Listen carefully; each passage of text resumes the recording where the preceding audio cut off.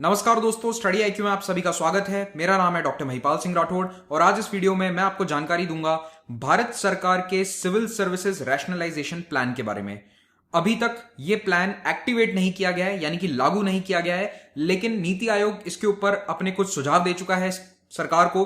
तो अगर आप लोग सिविल सर्विसेज एग्जाम की तैयारी कर रहे हैं, आने वाले 2-3 सालों में इस एग्जाम को देंगे, तो आपको एक आइडिया होना चाहिए कि ये एग्जाम भविष्य में किस दिशा में जा सकता है। तो इस वीडियो का मकसद यही है कि आपको ये जानकारी मिले ताकि आप भी थोड़ा सा अपनी फ्यूचर की प्लानिंग को बेटर तरीके से कर सकें। अब अगर आपने स्टडी आईक्यू अभी तक सब्सक्राइब नहीं किया है तो सब्सक्राइब बटन पर क्लिक करना ना भूलें, बेल आइकन भी जरूर दबाएं ताकि आप कोई भी इंपॉर्टेंट वीडियो की अपडेट मिस ना करें। अगर आप मुझसे सोशल मीडिया पर जुड़ना चाहते हैं तो ट्विटर, इंस्टाग्राम या फेसबुक पर मुझसे जुड़ सकते हैं इन आईडीज पर, और लेक्चर्स के पीडीएफ आपको इस टेलीग्राम चैनल पर मिल जाएंगे। स्टडी आईक्यू का स्मार्ट कोर्स इसी सिविल सेवा परीक्षा के लिए आपको तैयार करेगा, और अगर कोई बदलाव भी आते हैं तो हम भी उस बदलाव के अनुसार अपने आप को ढालेंगे। तो अभी अगर आप आईएएस एग्जाम की तैयारी करना चाहते हैं 2021 के लिए, 2022 के लिए, तो आप इस स्मार्ट कोर्स को अवेल कर सकते हैं। इन कोर्सेज पर ईएमआई ऑप्शन भी अवेलेबल है। जल्द से जल्द डाउनलोड कीजिए study IQ app from the Google play store. Bharat सरकार यानी कि केंद्र सरकार के अधीन जितनी भी सर्विसेज हैं उन सभी को ओवरऑल हैंडल किया जाता है डिपार्टमेंट ऑफ पर्सनल और ट्रेनिंग के द्वारा। यानी कि आप कह सकते हैं कि ये भारत सरकार का एचआर विभाग है, ह्यूमन रिसोर्सेज विभाग है। और ये डिपार्टमेंट आता है ministry of personal, public grievances and pensions के अधीन। इसके मंत्री हैं डायरेक्टली हमारे प्राइम मिनिस्टर नरेंद्र मोदी, लेकिन एक डेप्यूटी मिनिस्टर और इस मंत्रालय को संभालते हैं Jitendra Singh, is the MOS for the ministry of personal, public grievances and pension. और उसमें ही एक डिपार्टमेंट होता है इस मंत्रालय में जिसको कहते हैं department of personal and training. अब सबसे पहला प्रपोजल तो यही जान लो कि इस डिपार्टमेंट को भी 2 हिस्सों में डिवाइड करने की बात चल रही है कि पर्सनल डिपार्टमेंट अलग हो और ट्रेनिंग का डिपार्टमेंट अलग हो। आई थिंक आने वाले 2 सालों के अंदर इसको अलग कर दिया जाएगा। अब जितनी भी सिविल सर्विसेज हैं उनको हम ब्रीफली डिवाइड करते हैं group A, group B, group C, group D category में। तो बजट में 2020 के बजट में ग्रुप बी, सी और डी, इन सभी सर्विसेज को एक कॉमन रिक्रूटमेंट एग्जाम के थ्रू करवाने की बात सरकार ऑलरेडी कह चुकी है। उसके लिए एक नई एजेंसी बनाई जाएगी, नेशनल रिक्रूटमेंट एजेंसी, और एक कॉमन एंट्रेंस टेस्ट लाया जाएगा। इसके ऊपर मैंने एक वीडियो भी बनाया था बजट के बाद। तो अगर आप भविष्य में इन एग्जाम्स की तैयारी करना चाहते हैं तो आप इस वीडियो को देख सकते हैं। आपको एक ब्रीफ आइडिया लग जाएगा कि नेशनल रिक्रूटमेंट एजेंसी क्या है। लेकिन ग्रुप ए सर्विसेज जैसे कि आईएएस, आईपीएस, आईएफएस, इनके साथ भविष्य में क्या होगा इसके बारे में सरकार ने कोई आधिकारिक घोषणा नहीं करी है। जैसे कि एनआरए की घोषणा हो चुकी है ग्रुप बी, सी, डी सर्विसेज के लिए, लेकिन प्लानिंग जरूर चल रही है।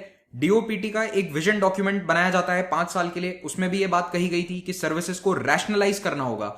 और नीति आयोग ने 2018 दिसंबर में एक रिपोर्ट पब्लिश करी थी, उसमें भी ये सेम बात कही गई थी। तो नीति आयोग का जो ये डॉक्यूमेंट है, आप चाहें तो इसे पढ़ भी सकते हैं, नीति आयोग की वेबसाइट पर अवेलेबल है। इसका नाम था strategy for new India at 75। यहां पर 75 का क्या सिग्निफिकेंस है, भारत के आजादी के 75 वर्ष, यानी कि 2022 के लिए क्या टारगेट्स होने चाहिए, उसके बारे में 2018 दिसंबर में ये नीति आयोग ने डॉक्यूमेंट जारी किया था। और उसमें यह बात कही गई थी कि अभी 60 के आसपास ग्रेड ए जॉब्स हैं, केंद्र सरकार के अधीन कार्डर्स हैं, उनको कम किया जाए। इतने सारे कार्डर बना रखे हैं, उनको कम करके 3 या 4 में डिवाइड किया जाए। अब वो क्या है आपको आगे समझाता हूं मैं, लेकिन अगर आप इस रिपोर्ट को डाउनलोड करके पढ़ना चाहते हैं तो आप सीधा चैप्टर 38 पे जा सकते हैं, civil services reforms. I think page number 185 या 183 कुछ था, तो उस वहां पर आप खुद भी इसे पढ़ सकते हैं। अगर नहीं पढ़ना चाहते तो मैं यहां पर आपको उसके की पॉइंट्स वैसे भी बता ही दूंगा। तो सबसे मेजर पॉइंट ये बताया गया कि सिविल सर्विसेज के रिक्रूटमेंट, ट्रेनिंग, परफॉर्मेंस इवैल्यूएशन, इन सभी सिस्टम्स में बदलाव लाने की जरूरत है। इन सभी में रिफॉर्म्स की जरूरत है ताकि भविष्य की जो सिविल सर्विसेज हैं वो और एफिशिएंट हो सके, पब्लिक सर्विसेज की जो डिलीवरी है वो और बेहतर हो सके। फिर ये रिपोर्ट पिछले 4 साल में मोदी सरकार के द्वारा किए गए बदलावों की चर्चा करती है। इसमें यह बताया गया है कि कैसे सिविल सर्विसेज के रिक्रूटमेंट में बहुत सारे चेंजेस लाए गए। इनमें से काफी सारे चेंजेस से आप वाकिफ होंगे, जैसे कि एसएससी सीजीएल में पहले इंटरव्यू होता था, वो हटा दिया गया है। फिर कई जगह सर्विसेज में ऑनलाइन मैकेनिज्म आ गया है अप्रेजल के लिए और अलग अलग पेपर वर्क के लिए। तो ये सर्विस में जो है उनके लिए बात कह रहा हूं मैं। फिर ई ऑफिस का इंप्लीमेंटेशन का एक पायलट प्रोजेक्ट चल रहा है। तो e office national informatics centre का एक पूरा प्रोजेक्ट है, उसके द्वारा डेवलप किया गया है, जहां पर पेपरलेस वर्क होगा।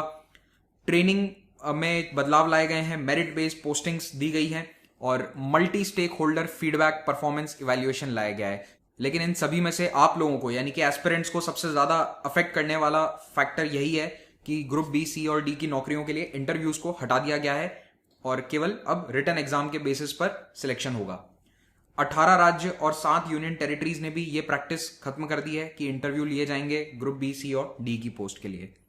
उसके बाद नीति आयोग कहता है कि अभी सिविल सर्विसेज को और ज्यादा एफिशिएंट, ट्रांसपेरेंट और अकाउंटेबल बनाने के लिए कुछ रुकावटें हैं, कॉन्स्ट्रेंट्स हैं। तो ये कॉन्स्ट्रेंट क्या है? सबसे पहला कि जो ऑफिसर्स की स्किल है, जो उनका कौशल है और उनकी पोजीशन जो उनसे डिमांड करती है, उसके बीच में मेल नहीं है।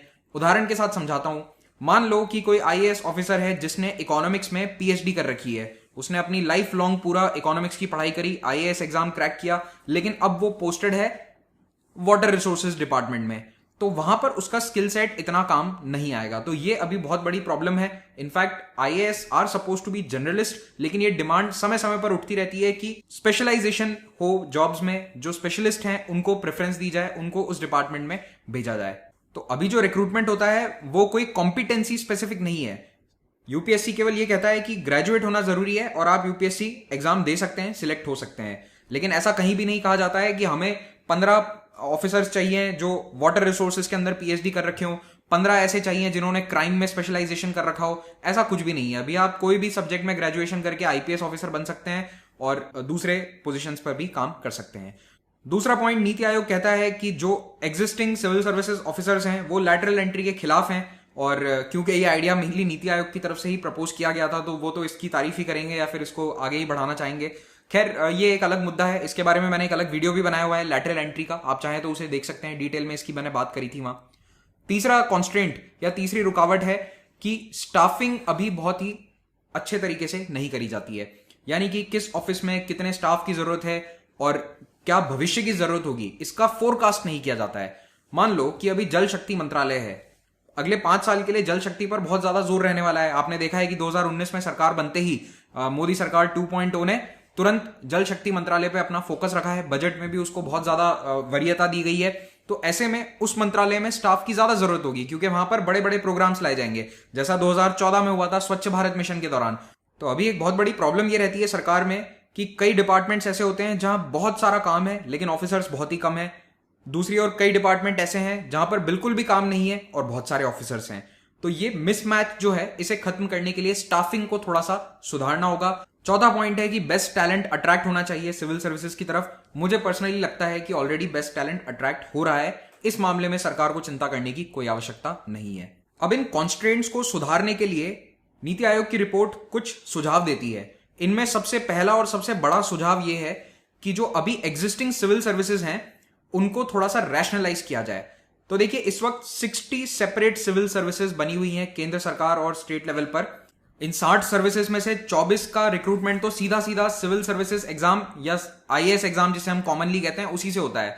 आई एम श्योर आप सभी को ये बात मालूम होगी कि इस एग्जाम से केवल आईएएस सिलेक्ट नहीं होते हैं, बल्कि इतनी सारी सर्विसेज हैं जिनका सिलेक्शन होता है। इस लिस्ट में 2 और सर्विसेज दिख नहीं रही हैं, जगह कम पड़ गई। आई थिंक अंडमान आ गया है, पुडुचेरी सिविल सर्विसेज इसमें मिसिंग है, पुडुचेरी सिविल और पुलिस सर्विसेज ग्रुप बी इसमें मिसिंग है। तो 24 सर्विसेज तो डायरेक्टली सिविल सर्विसेज एग्जाम से होती हैं। उसके अलावा इकोनॉमिक सर्विस है, मेडिकल सर्विसेज हैं, जियोलॉजिस्ट हैं, बहुत सारी ग्रेड ए जॉब्स हैं जिनका रिक्रूटमेंट यूपीएससी के द्वारा होता है। यूपीएससी उनके नोटिस भी जारी करता रहता है रिक्रूटमेंट के पूरे साल, अगर आप देखते होंगे। इनके अलावा सीएपीएफ का एग्जाम भी है। तो ये कई सारी सर्विसेज हैं ग्रुप ए की जो डायरेक्टली रिक्रूट होती हैं यूपीएससी के थ्रू। अब नीति आयोग का ये कहना है कि इन 60 सर्विसेज को थोड़ा रैशनलाइज करके हम 3 या 4 कैटेगरी में डिवाइड कर दें। तो मान लो कि अगर हम इंडियन एडमिनिस्ट्रेटिव सर्विसेज में रिक्रूटमेंट कर रहे हैं तो इसी एडमिनिस्ट्रेटिव सर्विस से ही ऑफिसर्स लिए जाएं। दिल्ली एंड ये जो डैनिप्स कैडर होता है इसके लिए, पौंडीचेरी सर्विसेज के लिए, तो इनके लिए अलग से सर्विस मत बनाओ। पहले एक सोच आई थी बीच में कि सर्विसेज थोड़ी स्पेशलाइज्ड होनी चाहिए, लेकिन नीति आयोग अब कह रहा है कि अब एक ही टैलेंट पूल रखो, इन्हीं में से ऑफिसर्स जाने चाहिए। फिर मान लो एक सिक्योरिटी सर्विसेज बना दी जाए, उसका एग्जाम भी अलग से लिया जा सकता है, उससे आईपीएस और सीएपीएफ ऑफिसर्स को रिक्रूट किया जा सकता है। रेलवे पर्सनल सर्विसेज, तो इतनी सारी रेलवे की जो सर्विसेज हैं इन सबको एक साथ कर दो। ये काम तो ऑलरेडी शुरू हो चुका है कि रेलवे का एक कॉमन कैडर होगा। फिर एक टेक्निकल सर्विसेज का कैडर बना दिया जाए, तो जिसमें इंजीनियर्स हैं, डॉक्टर्स हैं, उनको एक टेक्निकल सर्विसेज का दर्जा दे दिया जाए और उनका रिक्रूटमेंट अलग से हो। तो टेक्निकल सर्विसेज का मतलब ये नहीं होगा कि डॉक्टर और इंजीनियर दोनों एक ही रिक्रूटमेंट एग्जाम देंगे, लेकिन जब कैटेगरी बन जाएगी इंडियन टेक्निकल सर्विसेज तो उसमें एक जीएस का पेपर मान लो कॉमन रख दिया जाएगा और उसके बाद स्पेशलाइजेशन वाला जो पेपर है वो लिया जा सकता है। तो कुल मिला के इन सबके रिक्रूटमेंट अलग हो सकते हैं। इनफैक्ट बीच में सुप्रीम कोर्ट ने एक फैसला भी दिया था कि ये सिविल सर्विसेज एग्जाम से पुलिस सर्विस के एग्जाम को अलग किया जाए, लेकिन अभी तक उस पर अमल नहीं हुआ है। और ये जो मैं सर्विसेज बता रहा हूं ये टेंटेटिव है मेरे अनुसार, ओके, इसको मानकर मत चलना। सरकार ने अभी कोई घोषणा नहीं करी है, हो सकता है कि इन 4 के अलावा कोई 2-3 और कैटेगरी बना दी जाए। फिर नीति आयोग ये भी कहता है कि एक कॉमन एग्जाम लो, ऐसा नहीं है कि स्टेट का अलग एग्जाम हो रहा है, केंद्र यानी यूपीएससी का एक अलग एग्जाम हो रहा है। आप एक कॉमन एग्जाम ले लो एडमिनिस्ट्रेटिव सर्विसेज के लिए, उसी की रैंक के बेसिस पर स्टेट भी अपना रिक्रूटमेंट कर लें, तो ये बिल्कुल वैसा ही हो जाएगा जैसा आज नीट होता है, मेडिकल एंट्रेंस का एग्जाम है, एक एग्जाम देना होता है, उससे सेंट्रल कोटा भी है, वो भी सीट भरी जाती है, और जो स्टेट कोटा की सीट है वो भी भरी जाती है, तो स्टेट रैंकिंग अलग निकाल देते हैं, बट स्कोर नीट का यूज किया जाता है। तो इसी प्रकार का सिस्टम यहां पर होना चाहिए कि पूरे देश में पुलिस सर्विसेज में जिसको जाना है, ऑफिसर बनना है, चाहे राज्य के लेवल पर या केंद्र के लेवल पर, वो एक एग्जाम दे। अगर रैंक अच्छी आएगी तो ऑब्वियसली आपको केंद्र का आईपीएस मिल जाएगा, नहीं तो स्टेट के पुलिस सर्विस में आप जा सकते हैं। तो कॉमन एग्जाम होना चाहिए, जिससे ये समस्या भी सॉल्व हो जाएगी कि हर राज्य में एग्जाम अपनी गति पे चलता रहता है, 2 साल 4 साल 5 साल जितना मर्जी है लंबा खींच लेते हैं, ये सब प्रॉब्लम उससे सॉल्व होगी। फिर नीति आयोग ये भी कहता है कि ऑफिसर्स को स्पेशलाइजेशन के लिए नर्चर किया जाए, उन्हें बढ़ावा दो कि आप स्पेशलाइजेशन हासिल कीजिए, आगे पढ़ाई कीजिए, पीएचडी कीजिए, अपने अपने पर्टिकुलर स्किल्स को बढ़ाइए, और जिस फील्ड में वो स्पेशलाइजेशन कर लेते हैं उनकी पोस्टिंग वहीं पर हो, उनको लंबा टेन्योर दिया जाए वहां पर। मान लो कोई वाटर रिसोर्सेज के अंदर पीएचडी करके आ गया है हार्वर्ड से, तो उसको 5-6 साल जल शक्ति मिनिस्ट्री में रखा जाए, ऐसा नहीं है कि 6 महीने में उसका ट्रांसफर कर दिया। लेकिन क्रॉस सेक्टर मोबिलिटी भी जरूरी है, क्योंकि मान लो कि अगर एक साथ 50 आईएएस ऑफिसर वाटर रिसोर्सेज में पीएचडी कर रहे हैं, तो इतने की जरूरत थोड़ी ना होगी जल शक्ति मंत्रालय में। तो ये जो भविष्य का स्टाफिंग पैटर्न है ना, ये मिनिस्ट्री ऑफ पर्सनल को, डिपार्टमेंट ऑफ पर्सनल को ध्यान में रखना होगा। आगे नीति आयोग की रिपोर्ट एक और सुझाव देती है सरकार को, कहती है कि अभी रिक्रूटमेंट की एज जनरल कैटेगरी के लिए 32 है, उसको कम करके 27 कर दिया जाए। मुझे नहीं लगता पर्सनली कि ये इतना आसानी से हो सकता है। सरकार 2022-23 में तो इसे नहीं कर सकती है, कम से कम 5 या 6 साल का एडवांस नोटिस गवर्नमेंट को देना पड़ेगा। लेकिन बार बार सरकारी कमिटीज ये सुझाव दे रही हैं, तो I think in the next 5 और 6 ईयर्स ये सुझाव माना तो जाएगा। ये मेरा पर्सनल ओपिनियन है। फिर कुछ सुझाव ऑनलाइन ट्रेनिंग से जुड़े हुए हैं, और इनफैक्ट कोरोना वायरस पैंडेमिक के कारण अब आईएएस ऑफिसर्स की जो फेज 2 की ट्रेनिंग है वो ऑलरेडी ऑनलाइन ही चल रही है। तो नीति आयोग के सुझाव पर तो सरकार ने शुरू नहीं किया, लेकिन कोविड-19 ने सरकार को मजबूर कर दिया है कि आईएएस ऑफिसर्स को भी अब ऑनलाइन ट्रेन किया जा रहा है। तो ये सारे सुझाव हैं। मेंस में अगर आप कभी लिखना चाहो आंसर के अंदर तो बहुत अच्छे पॉइंट्स हैं, इसलिए मैं आपको बता रहा हूं। तो ये वीडियो मैंने प्योरली आपकी जानकारी के लिए बनाया था, ताकि आप भी अवगत रहें कि भारत सरकार की पॉलिसीज किस दिशा में जा रही हैं regarding recruitment. Thank you very much for watching this. Have a great day.